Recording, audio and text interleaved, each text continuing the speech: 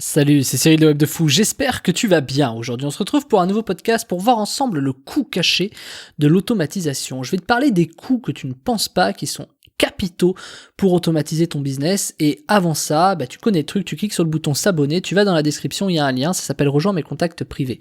Tu cliques dessus, tu mets ton email et tous les matins tu reçois un podcast à forte valeur ajoutée avec des informations qui vont changer ta vie et ton business, crois-moi. Ok ? Avant ça, tu as aussi un autre truc dans la description, ça s'appelle le groupe Telegram. Sur le groupe Telegram, je te partage toute ma recherche et développement sur mes business, des bilans, je te partage mon lifestyle à Dubaï, je te partage également toutes mes idées de business, tout ce que je fais, il y a des audios, des vidéos, des images, bref, tout ce que je peux pas te partager sur le podcast, alors tu cliques dans la description, c'est le groupe Telegram et tu nous rejoins là-bas. Allez, on y va pour le podcast. Le coût caché en automatisation, c'est quoi ? C'est ce coût que tu ne penses pas. Quand on fait de l'automatisation, on paye des logiciels, on paye peut-être des équipes de développeurs, on paye peut-être des prestataires, tu vas peut-être sur 5euros.com, sur Fiverr, sur Upwork, etc. Bref. Et sur ces trucs-là, tu payes des gens pour automatiser des choses. Donc ça, c'est très bien. Le problème, c'est qu'on a plusieurs coûts qu'on oublie. Donc les coûts des mises à jour, le coût de, dans un an, ton truc, il sera obsolète, il ne servira plus à rien, donc tu devras le faire redévelopper. Puis surtout, quand quelqu'un développe quelque chose, une deuxième personne qui va le développer va devoir le redévelopper de zéro, tu vois, c'est globalement dans chaque chose. Donc ça, c'est un coût qui est compliqué. C'est pas un coût caché, c'est un coût réel, c'est un coût que tu connais, c'est un coût qui est... Quand t'as de l'expérience, tu sais que maintenant, quand tu fais appel à des projets, des prestataires, des machins, tu fais bien gaffe à ce que tu dis, comment tu le fais, et tu négocies non pas le prix de départ, mais le prix des mises à jour. C'est plutôt quelque chose comme ça. Donc, qu'est-ce qui se passe et pourquoi je te parle de coût caché ? Donc, il y a le coût des outils, le coût de développement, etc. Mais il y a un autre coût. Et ce coût, il est très important. C'est le coût que tu as de ne pas payer certaines choses. Je m'explique. Imaginons ton WordPress est hacké demain. T'as pas voulu payer 10 balles par mois pour faire des sauvegardes de ta base de données ou de ton WordPress, parce que ça servait à rien, puis c'est pas grave, t'avais pas grand chose, tu sais, quand t'as pris cette décision, t'avais 3 pages de visiteurs, c'était pas intéressant. Maintenant que tu commences à avoir un peu de sites, un peu d'audience, un peu de machin, ton WordPress il est hacké. Et là, qu'est-ce que tu fais ? Là, t'es bien embêté parce que t'as fait ton radin, t'as pas voulu payer tes 10 balles pour sauvegarder ton WordPress, que ce soit un serveur, que ce soit un truc automatique, que ce soit un plugin, même t'as même peut-être pas voulu payer ton plugin. Et ça, c'est le truc qui est vraiment problématique. Et ça, on l'oublie. Je vais te donner un autre coût, tu vois, par exemple. Je crois que c'est ce qu'on appelle le coût d'investissement, tu vois. C'est le fait que aujourd'hui, tu refuses de payer des choses parce que tu penses que ça ira, peut-être que tu le fais toi-même, peut-être que j'en sais rien. Mais demain, quand tu vas avoir un problème, tu vas oublier que ça va avoir un autre coût. Le coût de ton temps, le coût que toi, tu passes pas ailleurs, parce que ça, c'est deux coûts différents. Il y a le coût du temps que tu passes quelque part, et il y a le coût du fait que tu ne le passes pas ailleurs. Et ça, par exemple, quand tu connais rien, que t'es pas un technicien, c'est un coup qu'on a tendance à se dire, c'est pas grave, à 1 heure près, c'est pas gênant. Tu vois, moi, si je devais remettre à l'heure les choses que je faisais, notamment ce podcast, tu vois, je le ferais payer cher.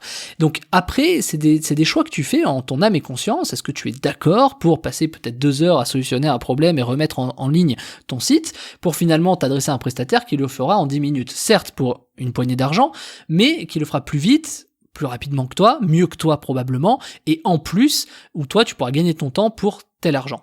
C'est un peu comme si tu payes quelqu'un pour faire le ménage chez toi, tu vois. Est-ce qu'il vaut mieux que tu payes quelqu'un pour faire le ménage chez toi plutôt que tu passes des heures à faire le ménage, tu vois. C'est des vraies questions qui se posent. Alors évidemment que si t'as les moyens, etc.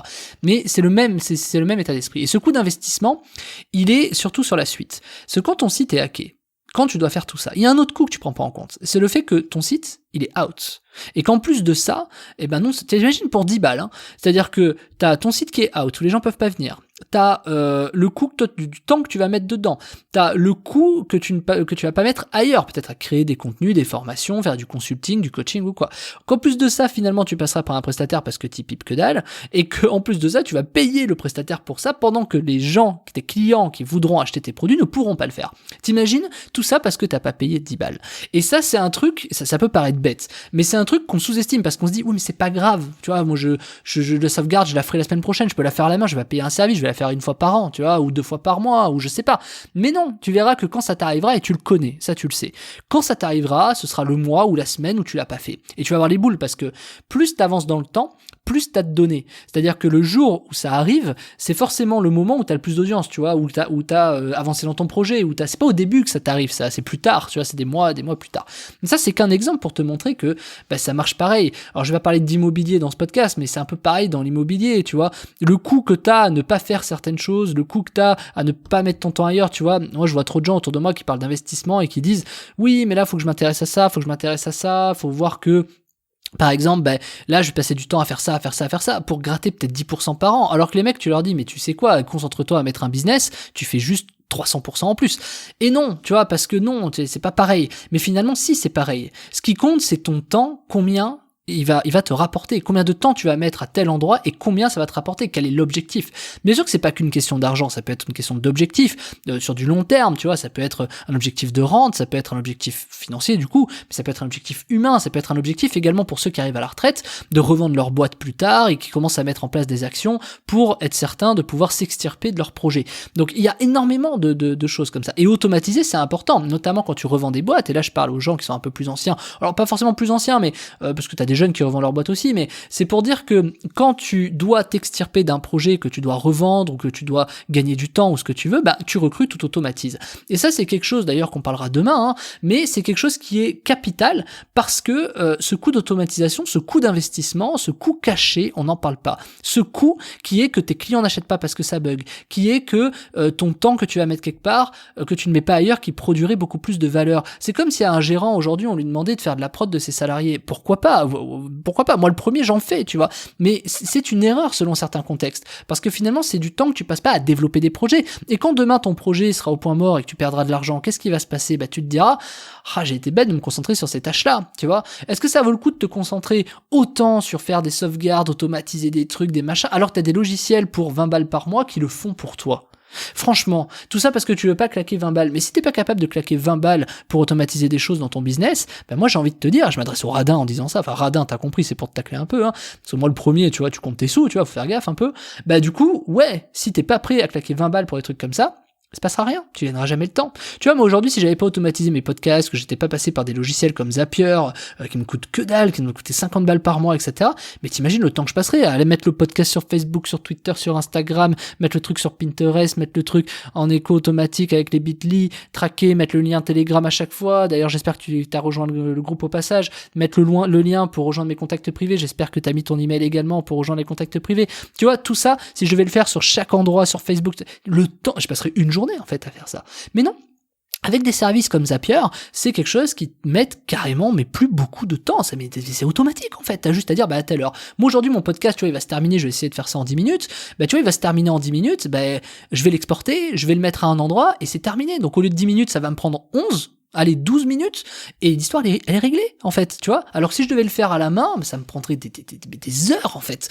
Donc évidemment que c'est important, et ça pour 20-50 balles. Et tu crois que je vais aller développer moi ces trucs là, imagine je le ferais moi, et il faudrait que je mette à jour les API, il faudrait que je mette à jour les systèmes, et attention ils ont changé les fonctions, et attention ici ça marche plus, faut faire... Non, autant s'adresser à un tiers de confiance qui s'appelle Zapier. Moi je recommande énormément Zapier là-dessus, pour que tu puisses tout simplement faire tout ce que tu veux, parce que Zapier n'a quasiment aucune limite, quand on sait bien s'en servir, c'est quasiment infaillible le truc. Et non seulement infaillible, mais en plus ça répond à toutes les demandes et toutes tes questions et toutes les bonnes choses. Donc clairement, moi aujourd'hui, ce que je veux te conseiller, c'est de passer par Zapier. Et pour passer par Zapier, il faut savoir s'en servir et surtout savoir en quoi tu peux t'en servir et comment tu peux automatiser ton business en ligne de zéro. C'est d'ailleurs le sujet de la formation qui est en description, qui s'appelle Comment automatiser son business en ligne de zéro. Et dans cette formation, moi je t'apprends à utiliser Zapier, mais je t'apprends également à poser ton vrai besoin pour automatiser. Parce qu'on croit on croit beaucoup trop qu'on sait ce qu'il faut faire pour automatiser, mais on oublie. On est souvent bloqué parce qu'on ne sait pas s'il faut faire ça, on ne sait pas comment il faut le faire, on ne sait pas si on se pose les bonnes questions. Et moi, je vais t'apprendre à te poser les bonnes questions là-dessus. Je vais t'apprendre à te servir de Zapier. Toutes les fonctions de Zapier, je vais les aborder. Je vais te montrer comment tu peux t'en servir efficacement, comment tu peux automatiser ton business, ton produit, ton Facebook, ton Google, ton Mailchimp. Tout ça, tu peux automatiser énormément de choses. Même par exemple, tu sais, tes paniers abandonnés, mais au-delà de ça, si t'es consultant ou formateur, tu peux automatiser énormément de choses. Je vais te donner plein d'idées là-dedans. Tu vas voir, j'ai même des thérapeutes dans mes clients qui m'ont posé certaines questions récemment où je me suis dit mais c'est ça qu'il faut en fait. Donc évidemment, Zapier, c'est le truc automatique qui marche à mort en ce moment et qui continuera à marcher quoi qu'il arrive. Moi je le recommande, j'ai automatisé énormément de business de mes clients grâce à Zapier. Donc moi je t'invite vraiment à prendre cette formation si tu veux automatiser ton business en ligne de zéro. C'est le sujet de la formation de la semaine qui s'appelle Comment automatiser son business en ligne de zéro. C'est dans la description, je te laisse cliquer dessus, on se rejoint de l'autre côté. Bienvenue dans l'automatisation de ton business de zéro. Je te dis à tout de suite de l'autre côté.